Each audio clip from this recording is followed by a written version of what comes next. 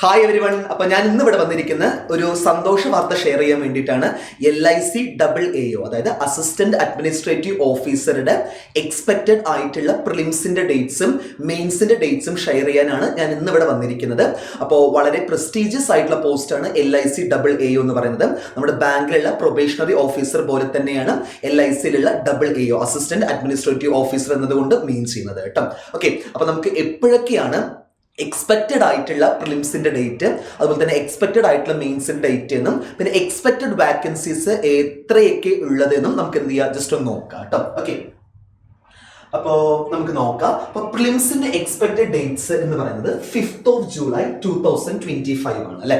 അപ്പോൾ നമുക്കിപ്പോൾ ഏപ്രിൽ ലാസ്റ്റായി നമ്മൾ മെയ് ജൂൺ എക്സാക്ട്ലി നമ്മൾ പറയുകയാണെങ്കിൽ ഒരു 2 മാസത്തെ ഗ്യാപ്പ് മാത്രമേ പ്രിലിംസിനുള്ളൂ അല്ലെ. അതുപോലെ തന്നെ മെയിൻസ് എന്ന് പറയുന്നത് August 10th അല്ലെ. അപ്പോൾ നമുക്ക് പറയാൻ പറ്റും ഒരു നല്ല രീതിയിലുള്ള ഒരു ഗ്യാപ്പ് തന്നെയാണ് പ്രിലിംസും മെയിൻസിന്റെയും ഇൻ ബിറ്റ്വീനിൽ ഉള്ളത് അല്ലെ. അപ്പോൾ പ്രിപ്പറേഷൻ ചെയ്യാനൊക്കെ നല്ല ടൈമും ഉണ്ട്. ഓക്കെ, ഇനി എക്സ്പെക്റ്റഡ് വാക്കൻസീസ് എന്ന് പറയുന്നത് 500 വാക്കൻസീസ് ആണ് എക്സ്പെക്ട് ചെയ്യുന്നത്. ഇതിനു മുമ്പ് LIC AAOയുടെ നോട്ടിഫിക്കേഷൻ വന്നത് 2023 വന്നത്. 2023 ഓവറോൾ വാക്കൻസീസ് റിപ്പോർട്ട് ചെയ്തിട്ടുണ്ടായിരുന്നത് 300 വാക്കൻസീസ് ആയിരുന്നു റിപ്പോർട്ട് ചെയ്തിട്ടുണ്ടായിരുന്നത്. ഇപ്രാവശ്യം എക്സ്പെക്ട് ചെയ്യുന്ന വാക്കൻസീസ് എന്ന് പറയുന്നത് 500 വാക്കൻസീസ് ആണ് എക്സ്പെക്ട് ചെയ്യുന്നത്. ഓക്കെ, അപ്പോൾ നമുക്ക് എന്താണ് ഇതിന്റെ സിലബസ് കാര്യങ്ങളൊക്കെ ഒന്ന് മനസ്സിലാക്കിയിട്ട് പോവാം കേട്ടോ. അതായത് ഒരു മെയിൻ ആയിട്ടുള്ള difference comparing to bank exam എന്താണെന്ന് വെച്ചാൽ LICയുടെ എക്സാംസിന് നെഗറ്റീവ് മാർക്കിംഗ് ഉണ്ടാവില്ല. ഓക്കെ, നെഗറ്റീവ് മാർക്കിംഗ് LICയുടെ എക്സാംസിൽ ഉണ്ടാവില്ല. പക്ഷെ എന്ത് ചെയ്യേണ്ടതായിട്ട് വരുമെന്ന് വെച്ചാൽ ഓരോ സെക്ഷനും സ്പെസിഫൈഡ് ആയിട്ടുള്ള മാർക്സ് ഓൾറെഡി LIC എന്ത് ചെയ്തിട്ടുണ്ടാകും, അസൈൻ ചെയ്തിട്ടുണ്ടാകും. അത്ര സ്കോർ നമ്മൾ എന്ത് ചെയ്യണം, മേടിച്ചിരിക്കണം. ഓക്കെ, ഇപ്പോൾ നമുക്ക് നോക്കുകയാണെങ്കിൽ ഫസ്റ്റ് ഫേസ് എന്ന് പറയുന്നത് പ്രിലിംസ് എക്സാം ആണ് ഉള്ളത്. ഓക്കെ, അപ്പൊ പ്രിലിംസ് എക്സാമിൽ നമ്മൾ സാധാ ബാങ്ക് എക്സാം പോലെ തന്നെ റീസണിംഗ് എബിലിറ്റി 35 ക്വസ്റ്റ്യൻ 35 മാർക്കാണ്. പിന്നെ മിനിമം ക്വാളിഫയിങ് മാർക്സ് എന്ന് പറയുന്നത് ഒന്ന് ശ്രദ്ധിക്കേണ്ടതാണ് നിങ്ങൾ. ഇത് പ്രീവിയസ് നോട്ടിഫിക്കേഷന്റെ ബേസിസിലാണ് ഈ ഒരു ഡാറ്റ തയ്യാറാക്കിയിരിക്കുന്നത്. ഓക്കെ, അപ്പൊ SC ST PWD കാൻഡിഡേറ്റ്സിന് 16 ആണ് minimum marks required.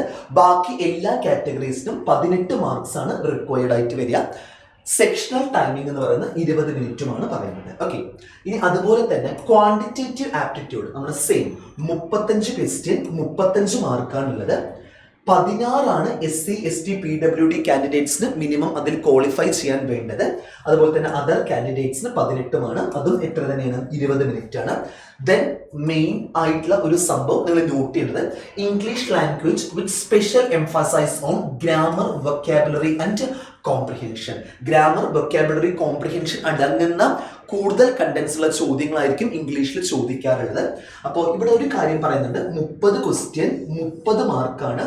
Minimum qualifying SC ST PWD 9 other കാൻഡിഡേറ്റ്സിന് 10 എന്നാണ് പറയുന്നത്, 20 മിനിറ്റ്സ് എന്നാണ് പറയുന്നത് അല്ലെ. അപ്പോൾ നിങ്ങൾ ശ്രദ്ധിക്കേണ്ട ഒരു കാര്യം എന്താണെന്ന് വെച്ചാൽ English language test will be of qualifying nature എന്നാണ് പറയുന്നത് അല്ലെ. ഇംഗ്ലീഷിൽ എന്തുമാത്രം മതി, നമുക്ക് ക്വാളിഫൈ ആയാൽ മാത്രം മതി. ഒരിക്കലും ഇംഗ്ലീഷിന്റെ മാർക്ക് റാങ്കിങ് കൺസിഡർ ചെയ്യുമ്പോൾ നമ്മൾ നോക്കാറില്ല എന്നാണ് പറയുന്നത് അല്ലെ. Until marks in English language will not be counted for ranking അല്ലെ. റാങ്കിങ്ങിന് ഇംഗ്ലീഷിലെ മാർക്ക് ഒരിക്കലും എന്ത് ചെയ്യില്ല, കൗണ്ട് ചെയ്യില്ല എന്നാണ് പറയുന്നത്. ഓക്കെ, അപ്പോൾ നമുക്ക് 70 മാർക്കിലാണ് എന്ത് ഉണ്ടാവുക, എക്സാക്ട്ലി ആയിട്ടുള്ള 70 മാർക്കിലാണ് നമ്മുടെ മാർക്സ് എന്ത് ചെയ്യാം, കണക്കാക്കുന്നത് LIC വരുന്നത്. കാരണം നമുക്ക് ഇംഗ്ലീഷിൽ മിനിമം എന്ത് ചെയ്യണം, SC ST PWD candidates 9 other candidates 10 മാർക്ക് മേടിച്ചിരിക്കണം മിനിമം ക്വാളിഫൈ ആകാൻ വേണ്ടിയിട്ട്. അപ്പോൾ ജസ്റ്റ് ക്വാളിഫയിങ് നേച്ചർ മാത്രമേ ഉള്ളൂ. പിന്നീട് നമ്മുടെ കട്ട് ഓഫ് ഡിസൈഡ് ചെയ്യുന്നത് ഔട്ട് ഓഫ് 70, അതായത് 35 റീസണിങ്ങും 35 ക്വാണ്ടിലും വെച്ചിട്ടാണ് കട്ട് ഓഫുകൾ എന്ത് ചെയ്യുന്നത്, ഡിസൈഡ് ചെയ്യുന്നത്. ഓക്കെ, ഇനി പറയുന്നത് candidates equal to 20 times the number of vacancies. ഓരോ കാറ്റഗറിയിലും എത്ര റിക്വയർഡ് വാക്കൻസീസ് ആണോ ഉള്ളത് അതിന്റെ 20 ടൈംസ് ആയിരിക്കും എന്തിൽ ചെയ്യുക, പ്രിലിംസിൽ ക്വാളിഫൈ ചെയ്യിപ്പിക്കുക. Okay, will be short listed for mains examination. അപ്പോൾ മെയിൻസിൽ ഷോർട്ട് ലിസ്റ്റ് ചെയ്യുന്നവർ എന്ന് പറയുന്നത് ഓരോ കാറ്റഗറിയും എത്ര റിക്വയർമെന്റ് ആണോ ഉള്ളത് അതിന്റെ 20 ടൈംസ് ആയിരിക്കും മെയിൻസിലോട്ട് എന്ത് ചെയ്യിപ്പിക്കുക, ക്വാളിഫൈ ചെയ്യിപ്പിക്കുക. ഇപ്പോൾ ഒരു ജനറൽ കാറ്റഗറിയിൽ നമുക്ക് എന്ത് പറയാൻ പറ്റും, 20 വാക്കൻസീസ് ആണ് റിപ്പോർട്ടഡ് എങ്കിൽ 400 ജനറൽ കാറ്റഗറിയെ എന്ത് ചെയ്യുന്നതായിരിക്കും, മെയിൻസിലോട്ട് ഷോർട്ട് ലിസ്റ്റഡ് ചെയ്യുന്നതായിരിക്കും. ഓക്കെ, ഇനി അതേപോലെ തന്നെ phase 2 എന്ന് പറയുന്ന മെയിൻസ് എക്സാമിന്റെ കുറച്ച് കാര്യങ്ങൾ നമുക്ക് നോക്കാം. മെയിൻസ് എക്സാമിനേഷൻ വന്നിട്ട് 300 മാർക്സിനാണ് കണ്ടക്ട് ചെയ്യുന്നത്. അതിൽ 25 മാർക്സിന്റെ എന്തുണ്ട് എന്ന് പറയുന്നത് ഡിസ്ക്രിപ്റ്റീവ് ഉണ്ട് എന്നാണ് പറയുന്നത് അല്ലെ. ഓക്കെ, അപ്പൊ രണ്ടും ഓൺലൈൻ ആണ്. ഒബ്ജക്റ്റീവും അതുപോലെ തന്നെ ഡിസ്ക്രിപ്റ്റീവും ഓൺലൈൻ ആയിരിക്കും. The objective test will have separate timing. ഓരോന്നും സെപ്പറേറ്റ് ടൈമിംഗ് ഉണ്ടാകും. Candidates will have to answer the descriptive test by അപ്പോൾ ടൈപ്പിംഗ്, കമ്പ്യൂട്ടർ ടൈപ്പിംഗിലൂടെയാണ് ഡിസ്ക്രിപ്റ്റീവ് സെക്ഷൻ നമ്മൾ എന്ത് ചെയ്യേണ്ടത്, ഫുൾഫിൽ ചെയ്യേണ്ടത്. അതുപോലെ തന്നെ descriptive test will be administrate immediately after the completion of the objective test അല്ലേ. അതായത് നമ്മുടെ ഒബ്ജക്റ്റീവ് ടെസ്റ്റ് കഴിഞ്ഞ് ഇമീഡിയറ്റ്ലി തന്നെ എന്തുണ്ടാകും, നമ്മുടെ ടൈപ്പിംഗ് ടെസ്റ്റ് അല്ലെങ്കിൽ ഡിസ്ക്രിപ്റ്റീവ് ടെസ്റ്റ് ഉണ്ടാകും എന്നാണ് ഉദ്ദേശിക്കുന്നത് കേട്ടോ. ഓക്കെ, ഇനി അതുപോലെ തന്നെ നമുക്ക് മെയിൻസിന്റെ ഏതൊക്കെയാണ് കണ്ടന്റ് എന്നുള്ളത് നമുക്ക് ജസ്റ്റ് നോക്കി പോവാം. അപ്പോൾ വ്യക്തമായിട്ടും ഇതൊരു പ്ലാനോട് കൂടെ നിങ്ങൾ പഠിക്കേണ്ടതാണ് കേട്ടോ. കാരണം എന്താണെന്ന് വെച്ചാൽ ഓരോ സെക്ഷനും minimum qualifying marks exactly mention ചെയ്യുന്നുണ്ട്. പിന്നെ ഏതൊക്കെ ഏരിയാസിന് കൂടുതൽ എംഫസൈസ് കൊടുക്കണമെന്നും കൃത്യമായിട്ട് പറഞ്ഞു പോകുന്നുണ്ട്. ഓക്കെ, അപ്പോൾ റീസണിങ് എബിലിറ്റി എന്ന് പറയുമ്പോൾ 30 ക്വസ്റ്റ്യൻ 90 മാർക്കാണ് മാക്സിമം വരുന്നത്. Minimum marks SC ST PWD 40, other കാറ്റഗറിക്ക് 45, 40 മിനിറ്റുമാണ് ഡ്യൂറേഷൻ വരുന്നത്. ഓക്കെ, ഇത് എക്സാക്ട്ലി പ്രീവിയസ് 2023 ബേസിസിലാണ് ചെയ്യുന്നത്. 2025 LIC ചിലപ്പോൾ മാറ്റം വരുത്താൻ ചാൻസ് ഉണ്ട്. പക്ഷെ കൂടുതലും ഈ ഒരു പ്രൊസീജിയർ തന്നെയായിരിക്കും LIC ഫോളോ ചെയ്യാന്നാണ് വിചാരിക്കുന്നത്. ഓക്കെ, ഇനി ജനറൽ നോളേജ്, കറന്റ് അഫയേഴ്സ് അല്ലെ. അപ്പൊ അതിൽ 30 ക്വസ്റ്റ്യൻ ആണുള്ളത്, 60 marks. 27 SC ST PWD candidates, other candidates 30 മാർക്കാണ് റിക്വയർഡ്. ഈ 30 മാർക്ക് മിനിമം മേടിച്ചിരിക്കണം കേട്ടോ. ഓക്കെ, 20 മിനിറ്റ്സ് ആണ് duration. Then data analysis and interpretation, അതായത് ശ്രദ്ധിക്കുക, ക്വാണ്ടിറ്റേറ്റീവ് ആപ്റ്റിറ്റ്യൂഡിൽ നമുക്ക് ചോദിക്കുന്നത് മെയിൻ ഐറ്റം എന്താണ്, ഡാറ്റ അനാലിസിസും ഇന്റർപ്രിട്ടേഷനുമാണ് കൂടുതലും ചോദിക്കുന്നത്. അതായത് അരിത്തമെറ്റിക് ബേസ്ഡ് ആയിട്ടുള്ള സംഭവങ്ങളെ ഡാറ്റ ഇന്റർപ്രിട്ടേഷന്റെ ഫോമിലും എന്ത് ചെയ്യാറുണ്ട്, ചോദിക്കാറുണ്ട്. അപ്പൊ ഏറ്റവും കൂടുതൽ കോൺസെൻട്രേറ്റ് ചെയ്യുന്നത് DI നന്നായി കോൺസെൻട്രേറ്റ് ചെയ്യുക, ആപ്റ്റിറ്റ്യൂഡ് പഠിക്കുന്നവര്. ഓക്കെ, അപ്പൊ ഇവിടെ 30 അതുപോലെ തന്നെ 90 മാർക്സ് ആണ്, 40 അതുപോലെ തന്നെ 45 ആണ് കറസ്പോണ്ടിങ് SC ST PWD കാൻഡിഡേറ്റ്സും അതർ കാൻഡിഡേറ്റ്സിനും വേണ്ടത്. ടോട്ടൽ 40 മിനിറ്റ്സ് ആണുള്ളത് അല്ലെ.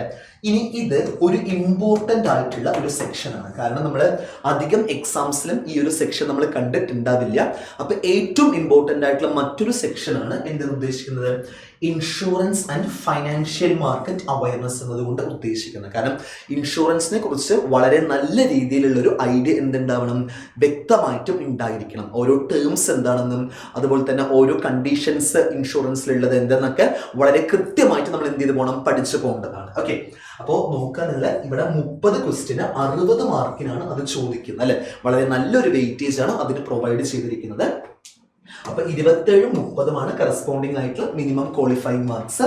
20 മിനിറ്റിന്റെ ഡ്യൂറേഷൻ ആണ് എക്സാക്ട്ലി എഴുതുന്നത് അല്ലെ. ഓക്കെ, ഇനി അതേപോലെ തന്നെ അപ്പൊ നമുക്ക് ടോട്ടൽ എന്ത് പറയാൻ പറ്റുന്ന വെച്ചാൽ 120 ക്വസ്റ്റ്യൻസ് ആണ്, മാക്സിമം 300 മാർക്സ് ആണ്. 2 അവേഴ്സിന്റെ എക്സാമാണ് അല്ലെ. പെട്ടെന്ന് എക്സാമിന് ഒരുപാട് ഡ്യൂറേഷൻ ഒന്നുമില്ല, എക്സാക്ട്ലി 2 അവേഴ്സേ ഉള്ളൂ. പിന്നെ മെയിൻ അഡ്വാൻറ്റേജ് എന്താണെന്ന് വെച്ചാൽ നമുക്ക് GK ഇത് രണ്ടും GK അതുപോലെ തന്നെ അത് റിലേറ്റഡ് ആയിട്ടുള്ള സെക്ഷൻസിന് നമുക്ക് വളരെ കുറവ് ടൈമേ ആവശ്യമുള്ളൂ അല്ലെ. ആ കുറവ് ടൈം മാത്രമേ അലോട്ടും ചെയ്തിട്ടുള്ളൂ. അതുപോലെ തന്നെ നമുക്ക് റീസണിങ്ങും അതുപോലെ തന്നെ ഡാറ്റ അനാലിസിസിന്റെ ഇന്റർപ്രിട്ടേഷനും നമുക്ക് കുറച്ച് സമയം വേണ്ട 2 സെക്ഷൻസ് ആണ്. അതിന് എക്സാക്ട് ആയിട്ടുള്ള ടൈമും അലോട്ട് ചെയ്ത് തന്നിട്ടുണ്ട്. ഓക്കെ, അപ്പോൾ നമുക്ക് ഇതിന് ശേഷം ഈ കൺസേൺഡ് ആയിട്ടുള്ള ഒബ്ജക്റ്റീവ് എക്സാംസിന് ശേഷം നമുക്ക് ഡിസ്ക്രിപ്റ്റീവ് സെക്ഷനും ഉണ്ടാകും. ഡിസ്ക്രിപ്റ്റീവില് 2 ഡിസ്ക്രിപ്റ്റീവ്സ് ആണ് ഉണ്ടാവുക. 25 മാർക്കാണ് പറയുന്നത്. അതിൽ SC ST PWD 9 അതുപോലെ തന്നെ അതർ കാൻഡിഡേറ്റ്സിന് 10 എന്ത് മിനിമം ക്വാളിഫയിങ് മാർക്സ് എന്ന് മീൻ ചെയ്യുന്നത് കേട്ടോ. ഓക്കെ, അപ്പൊ ഇത് ഇംഗ്ലീഷിൽ തന്നെ വേണം നമ്മൾ ടൈപ്പ് ചെയ്ത് പോകാൻ. അപ്പോൾ 2 ക്വസ്റ്റ്യൻസ് എന്ന് പറയുമ്പോൾ ഒരു ലെറ്റർ റൈറ്റിങ്ങും ഒരു എസ്സേയുമാണ് ഉണ്ടാകുക. ഓക്കെ, അപ്പൊ അതിലും ശ്രദ്ധിക്കേണ്ട കാര്യം descriptive test of English language will be of qualifying nature ആണ്. ഡിസ്ക്രിപ്റ്റീവ് നമ്മൾ എന്ത് മാത്രം മതി, ക്വാളിഫൈ ആയ മാത്രം മതി കേട്ടോ. അതായത് ഈ മിനിമം മാർക്സുകൾ എന്ത് ചെയ്താൽ മതി, കറസ്പോണ്ടിങ് കാറ്റഗറിയിൽ ഉള്ളവർ എന്ത് ചെയ്താൽ മതി, സ്കോർ ചെയ്ത് പോയാൽ മതി. Okay, It will not be counted for ranking. And marks in English language will not be counted for ranking എന്നാണ് പറയുന്നത്. Descriptive paper of only those candidates will be evaluated who qualify in the objective part of the main examination എന്നാണ് പറയുന്നത് അല്ലേ. അതായത് main എക്സാമിനേഷൻ്റെ, ശ്രദ്ധിക്കുക നിങ്ങൾ, main എക്സാമിനേഷൻ്റെ objective test പാസ്സായവരുടെ മാത്രമേ എന്ത് ചെയ്യുള്ളൂ, നമ്മുടെ കറസ്പോണ്ടിങ് ആയിട്ടുള്ള ഡിസ്ക്രിപ്റ്റീവ് എന്ത് ചെയ്യുള്ളൂ, നോട്ട്, അതായത് ഡിസ്ക്രിപ്റ്റീവിന്റെ സെക്ഷൻ കൺസിഡർ ചെയ്യുള്ളൂ എന്നാണ് പറയുന്നത് അല്ലെ. ഓക്കെ, ഇനി മൂന്നാമത്തെ ഫേസ് എന്ന് പറയുന്നത് എന്താണ് വരിക, ഇന്റർവ്യൂ ആണ് മൂന്നാമത്തെ ഫേസ് എന്ന് പറയുന്നത്. Interview marks obtained in the main examination only will be considered for short listing for the interview എന്നാണ് പറയുന്നത് അല്ലെ. ഓക്കെ, അപ്പൊ ശ്രദ്ധിക്കുക, മൂന്നാമത്തത് ഇന്റർവ്യൂ ആണ്. Then marks obtained in the mains examination only will be considered അല്ലെ. മെയിൻസിൽ എത്ര മാർക്കാണോ നമ്മൾ മേടിച്ചിരിക്കുന്നത് ആ മാർക്ക് മാത്രമേ എന്തിലോട്ട് കൺസിഡർ ചെയ്യുള്ളൂ, ആ മാർക്ക് വെച്ചിട്ടാണ് മെയിൻസിന്റെ മാർക്ക് വെച്ചിട്ടാണ് ഇന്റർവ്യൂയിലോട്ടുള്ള ഷോർട്ട് ലിസ്റ്റിംഗ് മെയ്ഡ് ചെയ്യുക എന്നാണ് പറയുന്നത് കേട്ടോ. ഓക്കെ, അപ്പൊ ഇതൊക്കെയാണ് പ്രധാനമായിട്ടുമുള്ള details. Comparatively IBPS PO SBI PO എക്സാമിന്റെ അത്ര ടഫ് ഒരിക്കലും എന്തിനുണ്ടാവില്ല, LIC AO എക്സാമിന് ഒരിക്കലും ഉണ്ടാവില്ല. അതായത് പ്രീവിയസ് ഇതുവരെ വെച്ചിട്ടുള്ള ഒരു ട്രെൻഡ് പ്രകാരം ഒരിക്കലും എന്തുണ്ടാവില്ല, IBPS PO SBI POന്റെ ലെവൽ ഒരിക്കലും LIC AOയുടെ എക്സാമിന് ഉണ്ടാവാറില്ല. ഓക്കെ, ഇനി അത് കൂടാതെ നമ്മുടെ സൈലം ബാങ്കിങ്ങിന്റെ കുറച്ച് പുതിയ കോഴ്സസ് ഞാനൊന്ന് ഇൻട്രൊഡ്യൂസ് ചെയ്യുന്നുണ്ട്. കാരണം നിങ്ങൾക്ക് വളരെ എഫക്റ്റീവായിട്ട് പഠിച്ചു പോകാൻ പറ്റുന്ന കുറച്ച് കോഴ്സസ് ആണ്. എക്സാം ക്രാക്ക് ചെയ്യാനുള്ള ചാൻസസ് വളരെ ഹൈ ആകും ഈ ഒരു കൺസേൺ ആയിട്ടുള്ള കോഴ്സസിലൊക്കെ ജോയിൻ ചെയ്താലെന്നും എനിക്ക് ഉറപ്പ് പറയാൻ പറ്റും. ഓക്കെ, അതിൽ ഒന്നാണ് നമ്മുടെ എന്താന്ന് വെച്ചാൽ റിപ്പീറ്റേഴ്സ് ബാച്ച് എന്ന് പറയുന്നത്. റിപ്പീറ്റേഴ്സ് ബാച്ച് എന്ന് പറഞ്ഞാൽ മെയിനായിട്ടും കോൺസെൻട്രേറ്റ് ചെയ്യുന്നത് ബേസ് ഒക്കെ എല്ലാവർക്കും വളരെ ക്ലിയർ ആണ്. ഇപ്പൊ പ്രിലിംസ് മെയിൻസ് ഒക്കെ കുറച്ച് മാർക്കിന് പോയവരെ കോൺസെൻട്രേറ്റ് ചെയ്തിട്ടാണ് ഈ കൺസേൺഡ് ആയിട്ടുള്ള ഈ ഒരു റിപ്പീറ്റേഴ്സ് ബാച്ച് എന്ത് ചെയ്തിരിക്കുന്നത്, ലോഞ്ച് ചെയ്തിരിക്കുന്നത്. ഓക്കെ, അപ്പോൾ അങ്ങനത്തെ ഒരു ബാച്ച് നമ്മുടെ ഇന്ന്, അതായത് എക്സാക്ട്ലി പറയുകയാണെങ്കിൽ എപ്പോഴാണ് സ്റ്റാർട്ട് ചെയ്യുന്നത് വെച്ചാൽ April 24 സ്റ്റാർട്ട് ചെയ്തിട്ടുണ്ട്. പിന്നെ അതിന്റെ കൺസേൺഡ് ആയിട്ടുള്ള ഡ്യൂറേഷൻ, വാലിഡിറ്റി ഒക്കെ അറിയണമെങ്കിൽ നിങ്ങൾക്ക് എന്ത് ചെയ്താൽ മതി, ഈ ഒരു നമ്പറിൽ എക്സാക്റ്റ് ആയിട്ട് എന്ത് ചെയ്താൽ മതി, കോൺടാക്ട് ചെയ്ത് നോക്കിയാൽ മതി കേട്ടോ. ഓക്കെ, ഇനി അതേപോലെ തന്നെ നമുക്ക് ഓഫ്ലൈൻ്റെ സ്ട്രക്ചറിലും ഇപ്പോൾ സൈലം വന്നിട്ടുണ്ട്. അപ്പോൾ ഓഫ്ലൈൻ പ്രിഫർ ചെയ്യുന്നവർക്ക് കോഴിക്കോട് വെസ്റ്റ് ഹിൽ ക്യാമ്പസിൽ വെച്ചിട്ട് ഓഫ്ലൈൻ ക്യാമ്പസും നമ്മുടെ സൈലത്തിൻ്റെ ഉണ്ട്. ബേസ് മുതലുള്ള ക്ലാസ്സുകളായിരിക്കും എന്തിലോട്ട് പോവുക, നമ്മുടെ ഈ ഓഫ്ലൈൻ സ്ട്രക്ചറിലോട്ട് പോവുക. 6 മാസത്തെ പ്രാക്ടീസ് സെഷനും പിന്നെ അതിനുശേഷം 3 മാസത്തെ വളരെ ഇൻറ്റൻസീവ് ആയിട്ടുള്ള സെഷൻസുമാണ് പ്ലാൻ ചെയ്യുന്നത്. അപ്പോൾ ഫുള്ളി എക്സാം ഓറിയന്റഡ് ആയിട്ടുള്ള എല്ലാ എക്സാംസും കവർ ചെയ്യുന്ന രീതിയിലുള്ളതാണ് നമ്മൾ ചെയ്യുന്നത്, including banks and insurance. Okay, ഇനി അതേപോലെ തന്നെ നമ്മുടെ പുതുതായിട്ട് വരാൻ പോകുന്ന ഒരു കോഴ്സാണ്. May 7 അത് ലോഞ്ച് ആകുന്നത്. നമ്മുടെ RRB PO RRB clerk batch, അതായത് വരാൻ പോകുന്ന ഗ്രാമീൺ ബാങ്കിന്റെ PO ക്ലർക്ക് ഫോക്കസ് ചെയ്തിട്ടുള്ള ഒരു ബാച്ചാണത്. ഓക്കെ, അപ്പോൾ അതിനും നിങ്ങൾക്ക് ജോയിൻ ചെയ്യാവുന്നതാണ്. അപ്പോൾ ഒട്ടും വൈകിക്കാതെ തന്നെ നിങ്ങളെ ഏറ്റവും പെട്ടെന്ന് തന്നെ നിങ്ങൾ സൈലത്തിന്റെ കൺസേൺഡ് ആയിട്ടുള്ള കോഴ്സസ് പെട്ടെന്ന് പർച്ചേസ് ചെയ്യുക. നിങ്ങളുടെ സീറ്റുകൾ കൺസേൺഡ് ആയിട്ടുള്ള ബാങ്ക്, ഇൻഷുറൻസ് സെക്ടേഴ്സിൽ ഉറപ്പുവരുത്തുക. Okay students, by.